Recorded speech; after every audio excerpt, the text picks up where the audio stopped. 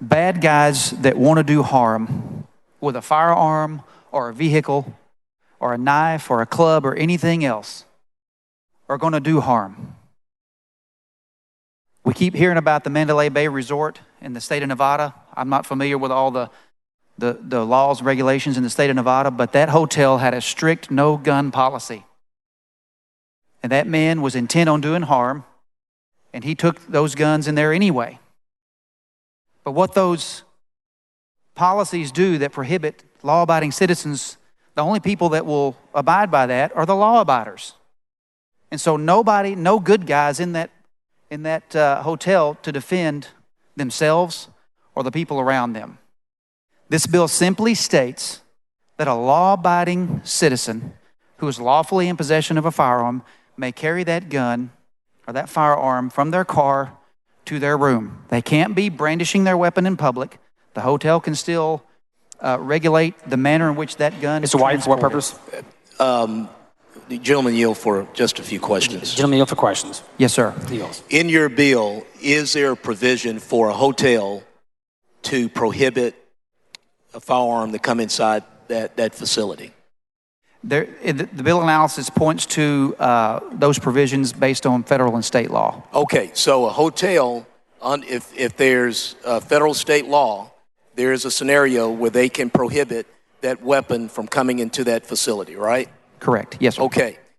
Does your bill, does it have a specific proposal on the route, or, exactly what does your bill say about a person coming into this facility, a hotel, with the firearm? Are they to walk around the hotel with the firearm? No, they have to be walking or commuting from their car directly to their room. They can't go to the restaurant in the hotel. They can't go to the convention center in the hotel. It has to be from their vehicle to their room and back to their vehicle. And does your bill prohibit the hotel from coming up with a policy on how that movement occurs? No, it actually allows the hotel to come up with a policy on how that would occur. Mr. Speaker? Ms. Weiner, for what purpose? Will the gentleman yield for a question? Gentleman yield for question. I yield. Gentleman yields. Mr. Hefner, is there anything in your legislation that would prevent someone from continuously walking back and forth from their room to their vehicle while carrying a firearm? No, this specifically states that they may commute from their vehicle to their room and back. So presumably somebody could be carrying a long gun, a semi-automatic long gun, for intimidation purposes continuously through the hotel as long as they were traveling. No, ma'am, because the hotel could prohibit room. The open carrying of a firearm. They could not carry it in the open because the hotel can establish a practice by which that firearm could be transported. Okay, so the firearm, they would be able to require the firearm to be contained in some way? Correct. Okay. Could you point me to that provision in the legislation? I'd have to go through it.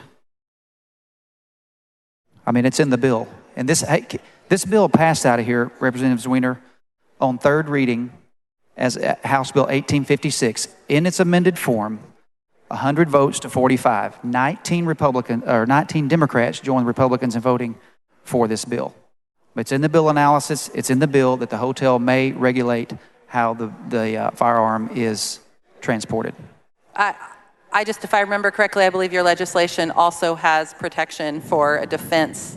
It has an affirmative defense for somebody openly carrying in the hotel as well. It probably has that with a warning.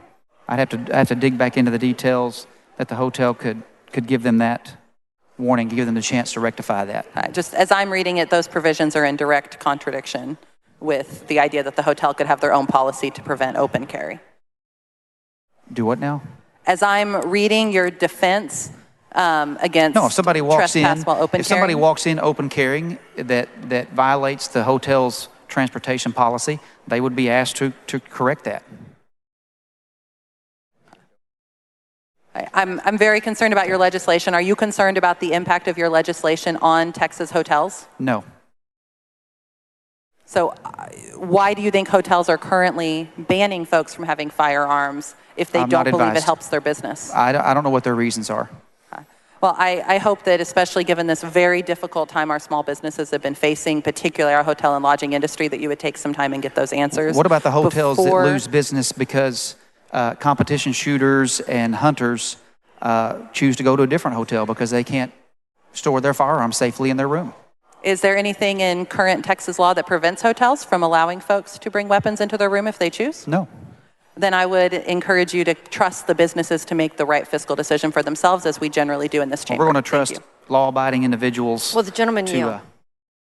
Mr. Speaker, Ms. Johnson, for what purpose? will the gentleman yield for questions? The gentleman yield for questions. Sure. He yields. Thank you, Vice Chair Hefner. Just to clarify, Chairwoman White said there's nothing in this that prevents, or let me just read your language. It says, unless possession of a handgun, ammunition on hotel property is prohibited by state or federal law, a hotel may not adopt a firearms policy prohibiting a hotel guest from carrying. So you are asking to pass a law that keeps the business from being able to prohibit somebody. And let me say, one of the things people may not know, we all get along, we all talk, and Vice Chair Lamont just said competitive shooters. I think we're visualizing two different things. If you have your weapon in a case and it's locked, I think we all agree that's a different circumstance. I am literally talking about the things that we see in our area, which are people walking around with an assault-type rifle on their shoulder Representative Johnson, in bold setting. If you will look at page 2, line 8,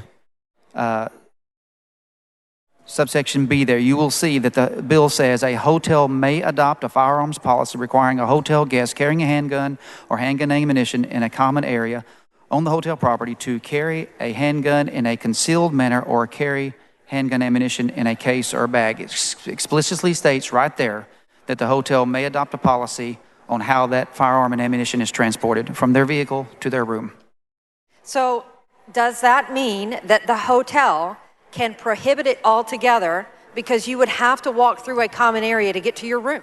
It means that they can regulate and establish a policy by which that firearm or ammunition is transported from their vehicle directly to their room. But there's conflicting language in this bill that one says you cannot and one says that you can in the common area. Does that mean that the hotel can say you may never pass through a common area with a long gun? There's no conflict. We're talking about the common area being the entrance and the hallways to your room. And if you can't, so they could regulate and say that you can't carry in a common area, which would mean that someone could not walk from their Representative vehicle Johnson, to the a intent room. of the bill is to allow an individual to carry their gun or their ammunition from their car to their room. Now, what kind of sense would it make if they couldn't go through the entranceway Well, or that's down my the point. hall? You just said that they could regulate the common They area. also have convention centers, convention halls, restaurants, the breakfast area where you would be prohibited from in there. This specifically states that they can carry it directly from their car to their room and back. Can the hotel restrict their ability to have it in the common area? Go ahead.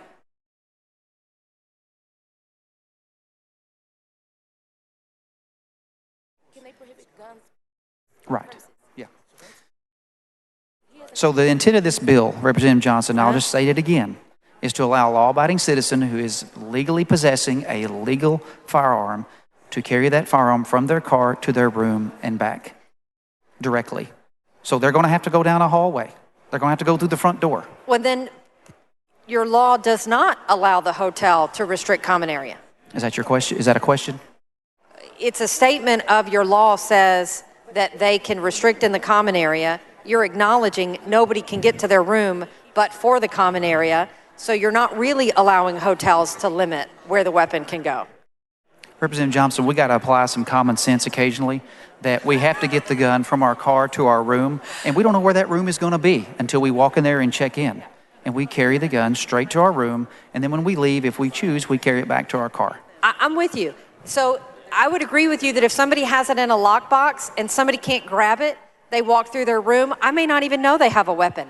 What I'm talking about is what we see where people strap it on their shoulder and walk around like, That look is at not me. allowed under this law. The hotel can prohibit that. It's right here in plain English. In plain English, that you just said we're going to apply common sense and I can't get to my room but through the common area, so it doesn't really apply.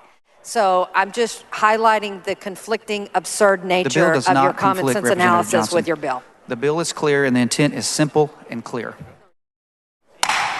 Gentleman's time's expired. Move Chair back. recognizes Mr. Turner to close on the amendment.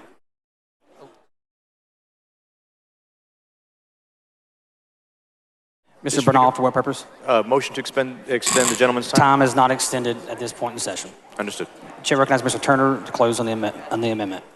Thank you.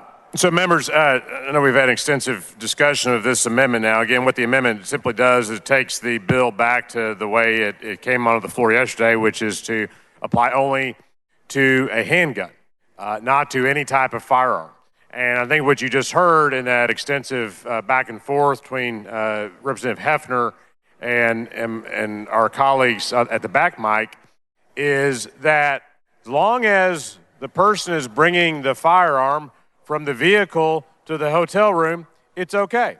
So again, I'll bring you back to Las Vegas in 2017. As long as, if that were the case, if this law had been in effect there, what I'd say is it perfectly be okay for this gentleman to bring an arsenal of 14 AR-15s and 8 AR-10 rifles up to his hotel room, as long as he was just coming from his vehicle. Presumably that's how he got the weapons to the hotel in the first place, was in a vehicle. So as long as you take them directly from the vehicle to the hotel room, it's fine. We're okay with that. And again, I want you to think how many high-rise buildings we have in this state.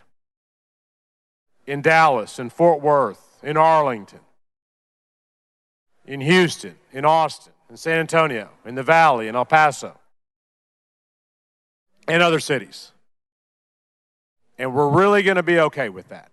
And that's really a good policy in light of what we saw, what can unfold in this type of situation with what happened in Las Vegas nearly 4 years ago.